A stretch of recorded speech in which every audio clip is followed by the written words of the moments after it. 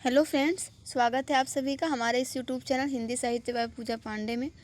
Friends, इस video में हम देखने वाले हैं हिंदी व्याकरण के महत्वपूर्ण 30 प्रश्नों को, जो कि आपकी हिंदी संबंधित सभी प्रतियोगी परीक्षाओं के लिए काफ़ी महत्वपूर्ण है और उपयोगी है। जैसे आपका अभी आगामी परीक्षाओं की बात करें तो बीपीएससी फेज़ 2 का एग्ज़ाम जो भी है आपके, उसमें जूनियर हो चाहे टीजीटी पीजीटी हो, उसके बाद आपका ईएमआरएस टीजीटी पीजीटी का एग्ज़ाम, क्योंकि व्याकरण जो है वो सभी में पूछा गया है। आपका सब्जेक्ट अगर हिंदी है तो भी आपसे व्याकरण के प्रश्न पूछे जाएंगे सभी परीक्षाओं में, और अगर आपका जनरल पार्ट है तो उसमें भी जनरल हिंदी में के अंतर्गत आपसे व्याकरण के प्रश्न पूछे जाएंगे। हाँ, उनका स्तर और उनका प्रकार जो थोड़ा सा बदल सकता है, बाकी चीज़ें सेम रहेंगी। तो आइए हम शुरू करते हैं। इसमें हम देखेंगे हिंदी व्याकरण के महत्वपूर्ण 30 प्रश्नों को। प्रश्न संख्या 1 से 40 तक हमने पिछली वीडियो में देख लिया है। प्रश्न संख्या 41 से शुरू करते हैं। सही युग्म पहचानिए। इसमें आपका ऑप्शन ए है काले टोपी, दूसरा है सुनहरी पत्ता, सी दुबला पतला लड़का, डी है उड़ता हुआ चिड़िया। इसमें से जो सही ऑप्शन होगा वो होगा आपका ऑप्शन नंबर सी, दुबला पतला लड़का। ये जो है ये सही युग्म है। बाकी सभी में आप देखेंगे तो इसमें कुछ अशुद्धियाँ हैं। प्रश्न संख्या 42 है। निम्नलिखित शब्दों में से विशेषण है। ऑप्शन ए है प्रपंच, बी सरपंच, सी पहुँच, डी पाँचवा। तो इसका राइट आंसर हो जाएगा आपका ऑप्शन नंबर डी पाँचवा।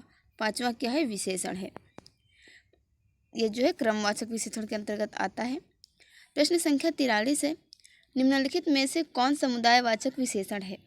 ऑप्शन नंबर ए है चौगुना, बी चौथा, सी चारों, डी चार। तो इसका राइट आंसर हो जाएगा आपका ऑप्शन नंबर सी चारों। अगला प्रश्न देखते हैं। प्रश्न संख्या 44। दूसरा लड़का कहाँ गया? वाक्य में दूसरा जो है वो किस प्रकार का विशेषण है?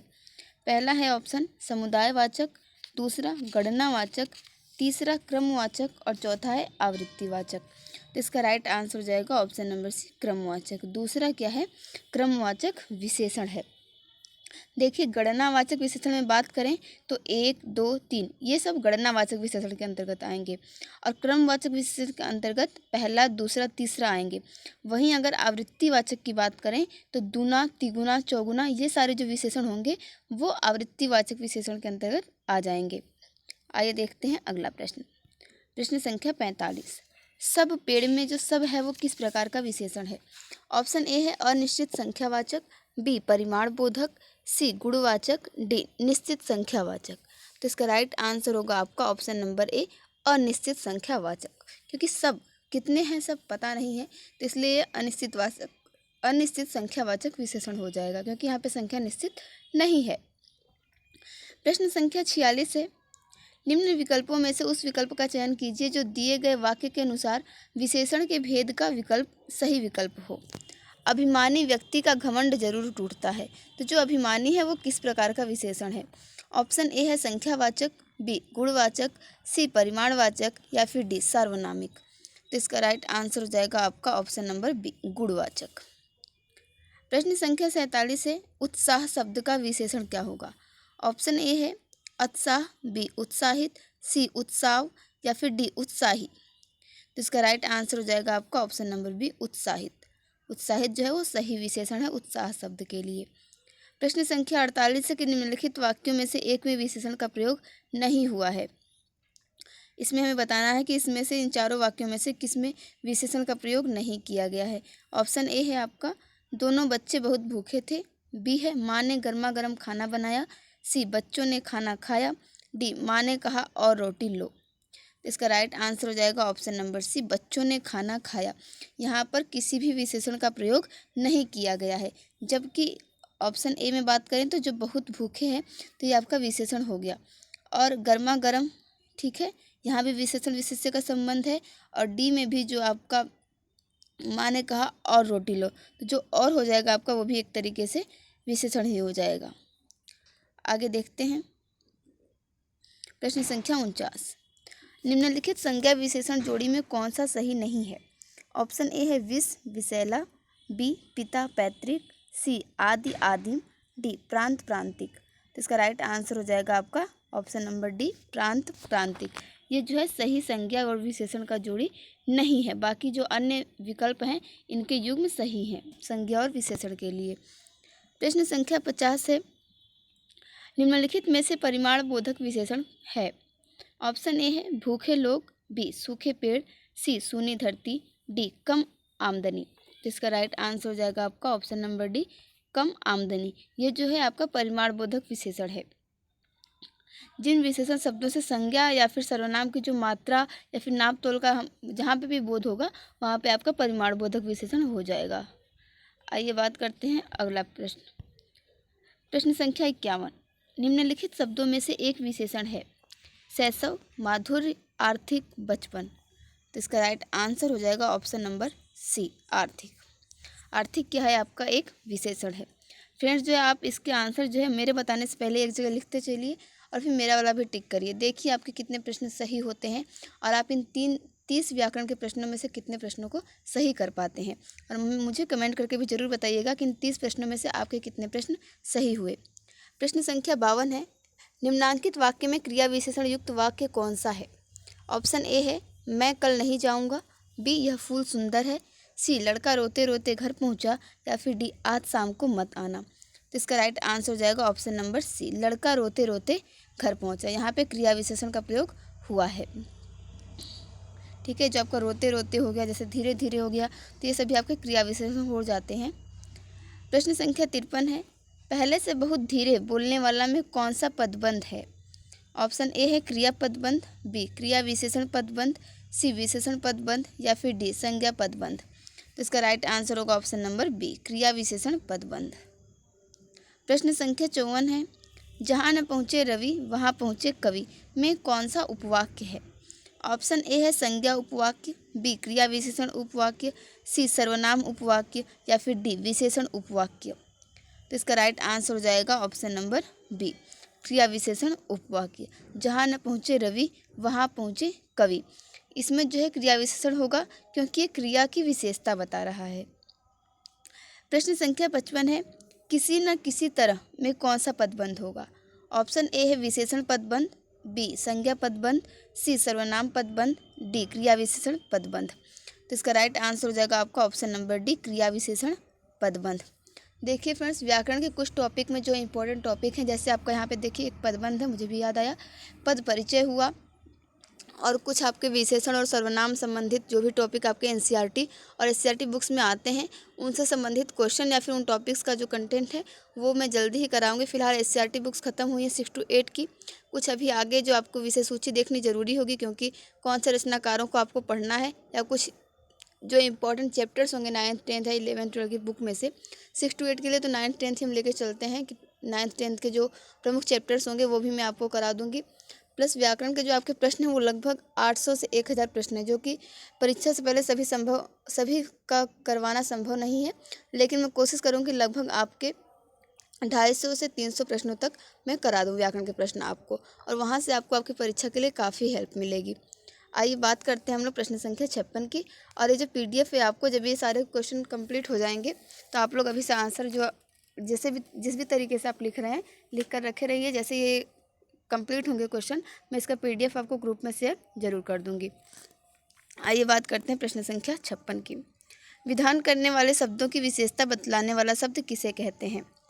ऑप्शन ए है संज्ञा, दूसरा है सर्वनाम, तीसरा विशेषण, चौथा है क्रिया विशेषण। तो इसका राइट आंसर हो जाएगा आपका ऑप्शन नंबर डी, क्रिया विशेषण।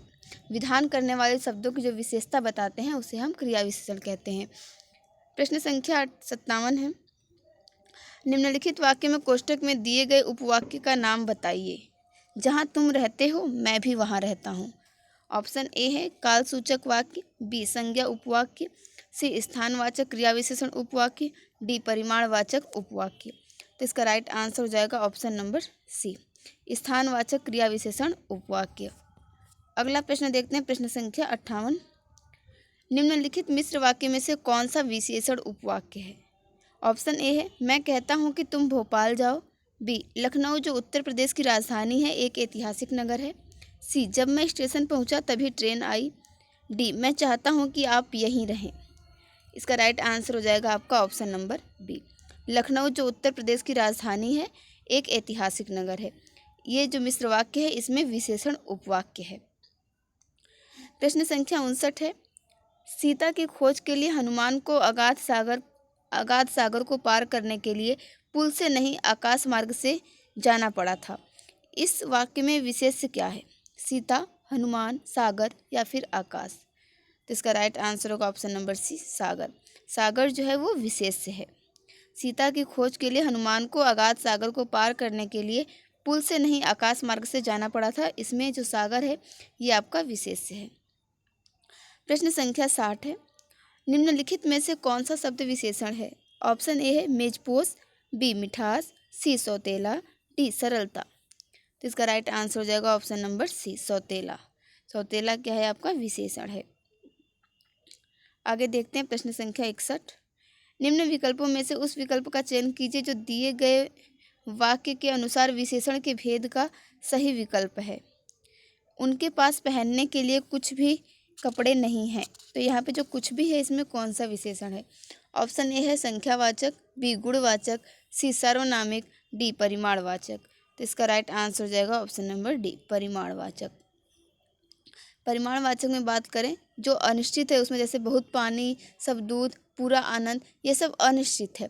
निश्चित में जैसे 2 सेर घी, 20 गज जमीन, 15 हाथ कपड़ा, ये सारी चीज़ें जो है वो निश्चित में आ जाएंगी। फिलहाल इस यहाँ पे जो है कुछ भी है, इसमें परिमाणवाचक विशेषण हो गया आपका।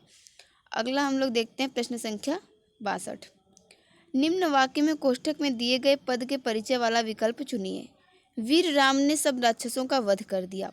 ऑप्शन ए है विशेषण, बी पुरुषवाचक सर्वनाम, सी अव्यय, डी संज्ञा। तो इसका राइट आंसर होगा ऑप्शन नंबर ए, विशेषण।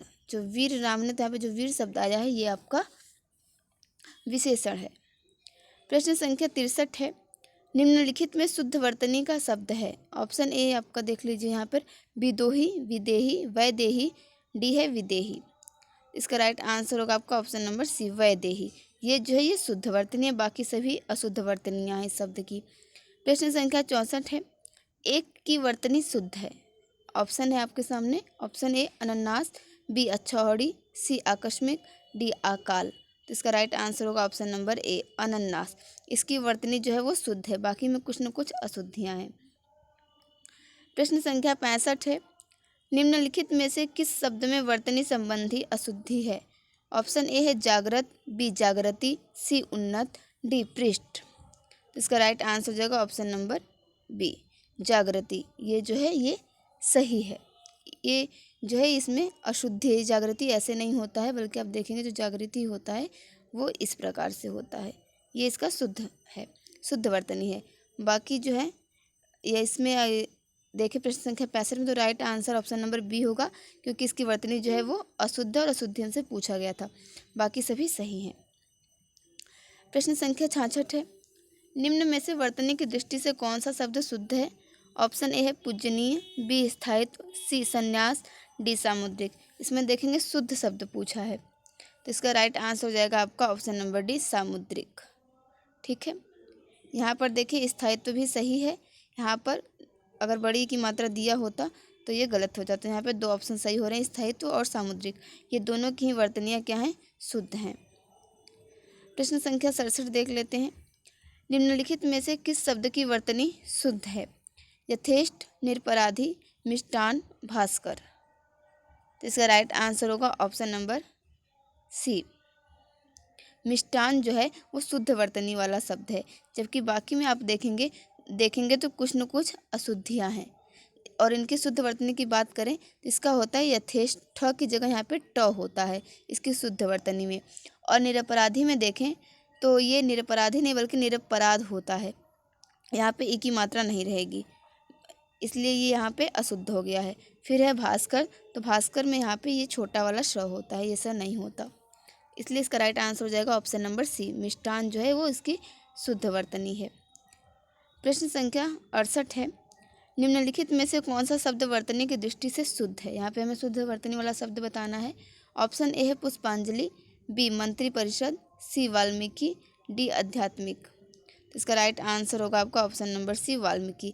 वाल्मीकि जो है ये वर्तनी की दृष्टि से शुद्ध शब्द है, जबकि ये बाकी जो है वो अशुद्ध हैं। इनकी शुद्ध वर्तनियों की बात करें, इसमें छोटी ई की मात्रा होगी, और मंत्री परिषद में जो त्र पे बड़ी ई लगी यहाँ पे छोटी ई होगी, और आध्यात्मिक नहीं बल्कि वो आध्यात्मिक होता है तो यहाँ पे आ होगा, तब इनकी वर्तनी शुद्ध होगी। प्रश्न संख्या 69 है, इनमें से शुद्ध वर्तनी का शब्द है। आप देखेंगे पहला कृशांगिनी लिखा है, फिर कृशांगी लिखा है, अलग अलग स का उसमें प्रयोग किया गया है। तो इसका राइट आंसर हो जाएगा ऑप्शन नंबर सी। ये जो कृशांगी लिखा गया है ये इसकी शुद्ध वर्तनी है, बाकी सभी अशुद्ध हैं। प्रश्न संख्या 70 और आज का लास्ट प्रश्न देख लेते हैं। सही शब्द की वर्तनी पहचानिए। क्रोधाग्नि लिखा गया है, हमें बताना है कि कौन सा क्रोधाग्नि लिखा हुआ सही है। तो इसका राइट आंसर हो जाएगा आपका ऑप्शन नंबर ए। ठीक है, ये क्रोधाग्नि जो लिखा गया है ये बिल्कुल सही है, बाकी सभी अशुद्ध हैं।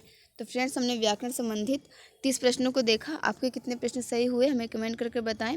और ये सारे जो प्रश्न आप देख रहे हैं पिछली परीक्षाओं में, चाहे टीजीटी पीजीटी हो, DSSB का हो, केवीएस का हो या एनवीएस का हो, किसी न किसी परीक्षाओं में ये पूछे गए हैं।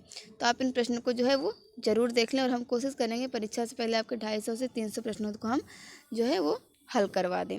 बाकी PDF के लिए आप जो हमारे व्हाट्सएप ग्रुप से जुड़ सकते हैं, लिंक मैं आपको डिस्क्रिप्शन बॉक्स में दे दूँगी। जैसे एक लोग पूछ रही थी किस लिए के PDF के लिए, तो ग्रुप में जुड़कर मुझे मैसेज करें, PDF आपको मिल जाएगा।